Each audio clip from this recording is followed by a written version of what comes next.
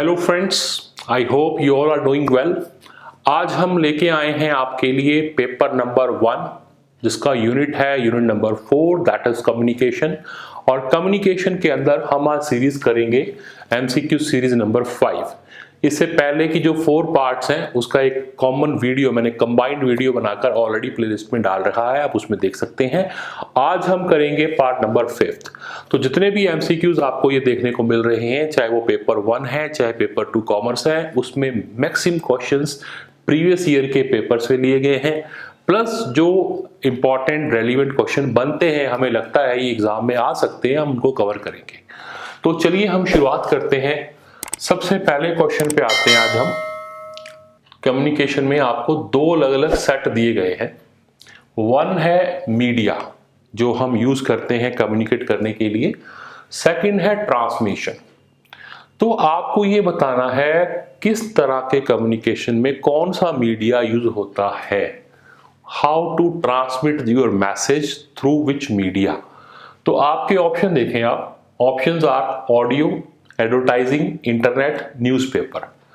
और मीडिया की बात करें, मीडिया के बाद बात करें कम्युनिकेशन चैनल्स की, तो आप देखें bandwidth, linear communication, non personal and frequency modulation.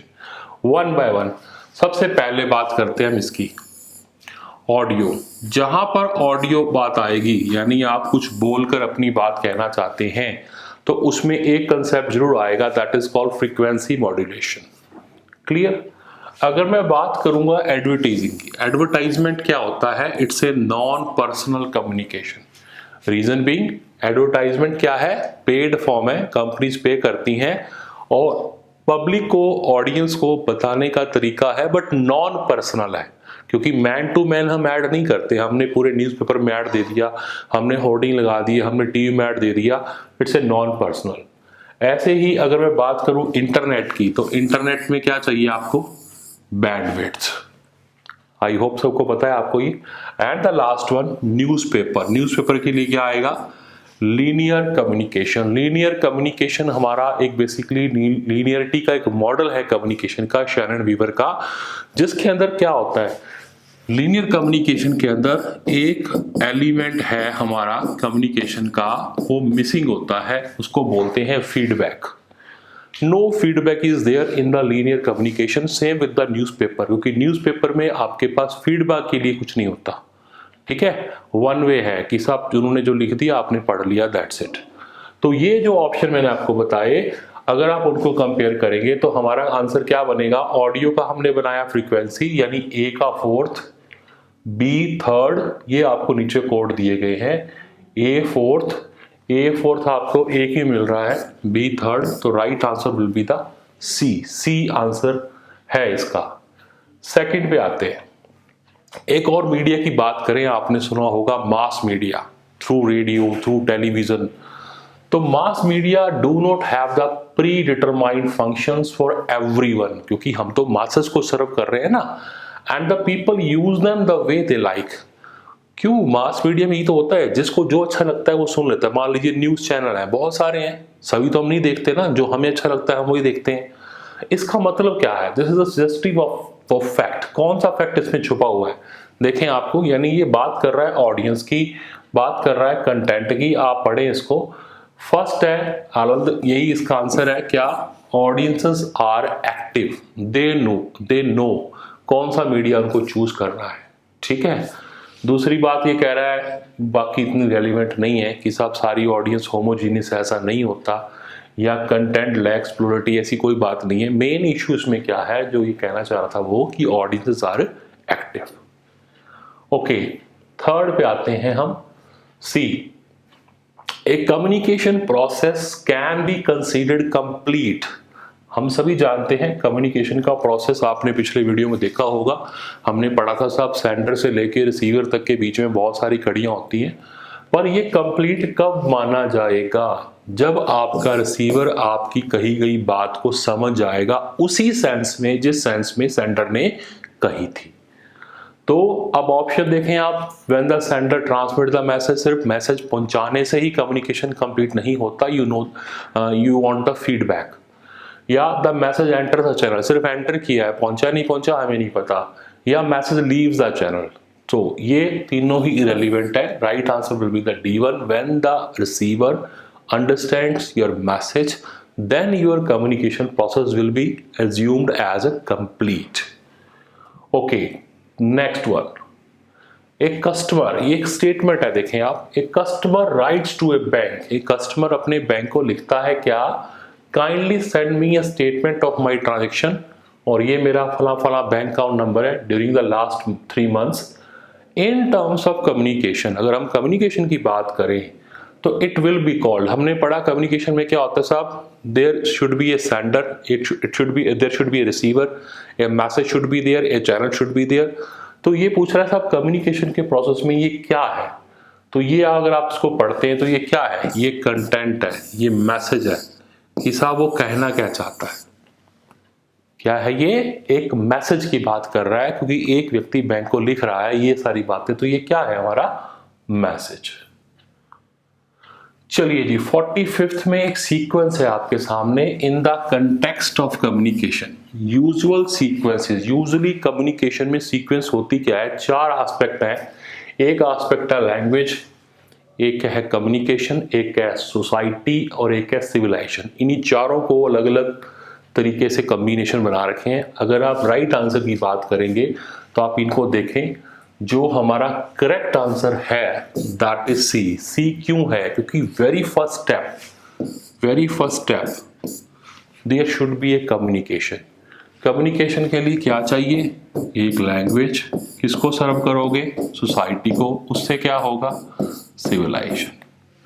तो ये चारों की सीक्वेंस बिल्कुल फिक्स्ड है, ठीक है, हम इसमें शफलिंग नहीं कर सकते. तो right answer will be the C. Okay, come to the next question. Among the following, which one is not an instructional material? आपको अलग अलग ऑप्शन दिए गए हैं, ये पूछा गया है इनमें से कौन सा एक इंस्ट्रक्शन देने का मटेरियल नहीं है, नॉट पूछा गया है. यानी कि बाकी तीनों क्या होंगे जिनसे हम अपना कम्युनिकेशन में इंस्ट्रक्शन पास करते हैं. तो अब देखें, ऑडियो पॉडकास्ट बिल्कुल कम्युनिकेशन पास करने का तरीका होता है. आप किसी को ऑडियो, अगर आप किसी को वीडियो भेज रही हैं तो यूट्यूब के थ्रू भेज सकते हैं. अगर आप किसी को स्टडी मटेरियल दे रहे हैं तो वो क्या कर सकते हैं, आप प्रिंटेड दे सकते हैं, ठीक है. तो यानी कि सपोज मान लीजिए मुझे अपना कंटेंट आप तक पहुंचाना है, अगर मैं आपको मैटर दे रहा हूं तो थ्रू स्टडी मटेरियल हो गया हार्ड कॉपी में. अगर मैं कुछ व्हाट्सएप के थ्रू आपको ऑडियो सेंड कर रहा हूं या मैं यूट्यूब के थ्रू वीडियो भेज रहा हूं, तो ये सभी के सभी क्या है, मैसेज को ट्रांसमिट करने के इंस्ट्रक्शन के ये क्या है, मेथड है, क्या है, इंस्ट्रक्शनल मटेरियल है. जो नहीं है वो क्या है, वो ओवरहेड प्रोजेक्टर. क्योंकि ओवरहेड प्रोजेक्टर तो एक टूल है जो हम लार्ज ऑडियंस को सर्व करने के लिए यूज करते हैं, ठीक है. तो इसका आंसर क्या रहेगा, डी. चलिए जी, 47th पे आए. देखें आप, suppose as a teacher you are training your students in a public speaking. कहता मान लीजिए आप एक टीचर हैं, पब्लिक स्पीकिंग के लिए बच्चों को तैयार कर रहे हैं, डिबेट्स के लिए तैयार कर रहे हैं. Which among the following is the most difficult to develop among the students. इनमें से दिए गए 4 ऑप्शन में सबसे ज्यादा, देखो आप क्या चाहते हो, बच्चों को तैयार कर रहे हो 2 चीजों के लिए, एक तो पब्लिक स्पीकिंग की बात कर रहे हैं और एक हम बात कर रहे हैं डिबेट की. सबसे चैलेंजिंग टास्क क्या होता है बीइंग ए टीचर आपका बच्चों के सामने, देखें आप. First one, control over the emotions. Students के अंदर सबसे जरूरी जो आपको डेवलपमेंट करनी है वो ये कि उनके अपनी नर्व्स पे कंट्रोल होना चाहिए. और अगर मैं गलत नहीं हूं तो आप एग्जाम में देखना, जो आप लोगों ने पहले ही बहुत एग्जाम दिए होंगे, बीइंग ए स्टूडेंट हमारे माइंड में एग्जाम को लेकर एक थोड़ा सा फोबिया रहता है. चाहे वो एग्जाम यूजी का है, पीजी का है, नेट का है या कोई भी कॉम्पिटिटिव एग्जाम है, उस 1 घंटे 2 घंटे 3 घंटे जो भी आपको समय मिलेगा वही बच्चा सक्सीड करेगा जो अपनी नर्व्स पे कंट्रोल करेगा, जो अपनी इमोशंस को अपने ऊपर हावी नहीं होने देगा. कई बार होता है कि हम पेपर को रीड करते हैं और हम अपना बिल्कुल ही मतलब दिल छोड़ जाते हैं कि यार ये तो नहीं होता, ये पास नहीं होने जा रहा. या कई बार इतना इजी लगता है, ओवर कॉन्फिडेंट हो गए हम, बड़ी मतलब छोटी छोटी गलतियां कर जाते हैं जो बड़ी पे करती हैं हमारे बाद में. तो मेरा कहने का मतलब है, एक बहुत ज़रूरी जो एलिमेंट है आपकी पर्सनैलिटी का, जो एग्ज़ाम पॉइंट से आपको चाहिए, या खासकर यहाँ जो क्वेश्चन था पब्लिक स्पीकिंग के लिए, डिबेट के लिए you have to control your emotions. तो ये टीचर को सिखाना पड़ेगा अपने स्टूडेंट्स को, ठीक है। चलिए 48 में क्या है? See, it's a rhetorical approach in the classroom communication, consider teacher as an agent for student। अब पहली बात, ये अप्रोच है क्या? इस अप्रोच का कम्युनिकेशन में मीनिंग क्या है? तो इसका सिंपल सा मीनिंग है, कोई भी टीचर अपने स्टूडेंट के सामने आप ऐसी बात कहना चाहते हो और आप चाहते हो कि मेरी बात से मेरे बच्चे कन्विंस हो, you must have that kind of conviction. तो उसके लिए सबसे जरूरी क्या है? आपका इन्फ्लुएंशियल होना, इन्फ्लुएंसिंग पावर, ठीक है ना। यानी आपकी कही गई बात का बच्चों पे असर हो, वो आपकी बात को फॉलो करें। तो right answer will be the कि क्लासरूम कम्युनिकेशन में इस अप्रोच के अंदर टीचर के लिए क्या जरूरी है? सबसे ज्यादा इन्फ्लुएंसिंग होना, फ्रेंडली होना, एकेडमिक होना, ऑफिशियल होना, ये बातें इतनी मैटर नहीं करती। इस अप्रोच के लिए जरूरी है इन्फ्लुएंस होना चाहिए। चलिए जी next, an effective communication system employs a feedback system. कहता साहब अच्छा कम्युनिकेशन वो है जो आपको फीडबैक सिस्टम दे। क्यों दे, क्या करेंगे हम फीडबैक का? ऑप्शन है, make the necessary modification in the process, कि जो हमारा कम्युनिकेशन का प्रोसेस है उसके अंदर हम नेसेसिटी जो भी चाहिए हमारे को, नेसेसरी मॉडिफिकेशन क्या वो करेंगे। बिल्कुल राइट आंसर यही है।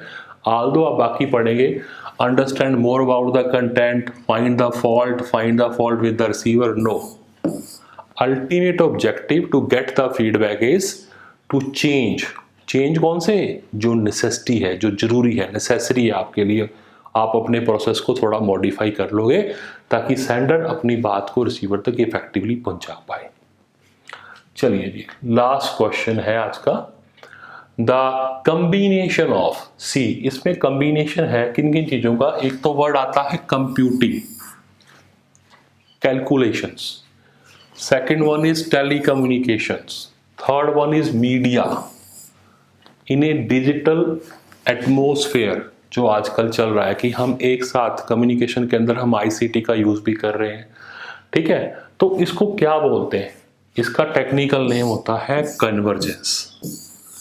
राइट आंसर क्या है? कन्वर्जेंस होता क्या है? Basically when we are using a combination of the various tools to make our communication effective. आप अपनी बात को सही तरीके से रखने के लिए कुछ एक्स्ट्रा मटेरियल यूज कर रहे हो, एक्स्ट्रा टूल यूज कर रहे हो, चाहे वो आईसीटी का यूज कर रहे हो, चाहे मल्टीमीडिया यूज कर रहे हो, मास मीडिया यूज कर रहे हो, कंप्यूटिंग यूज कर रहे हो, कंप्यूटर यूज कर रहे हो, सब कुछ इन सबको मिलाने के यूज करने के लिए हम वर्ड यूज करते हैं कन्वर्जेंस। तो राइट आंसर है इस क्वेश्चन का डी। क्लियर? तो आई होप ये 10 क्वेश्चंस आप पहले इसको वीडियो को देखने से पहले आप एमसीक्यूज में जाएं, हमारी एप्लीकेशन पे अवेलेबल है, वहां पर इनकी प्रैक्टिस करें, उसके बाद इस वीडियो को देखें तो आपके डाउट्स क्लियर हो जाएंगे। ठीक है जी, तो मिलते हैं नेक्स्ट सीरीज के अंदर। Thank you very much.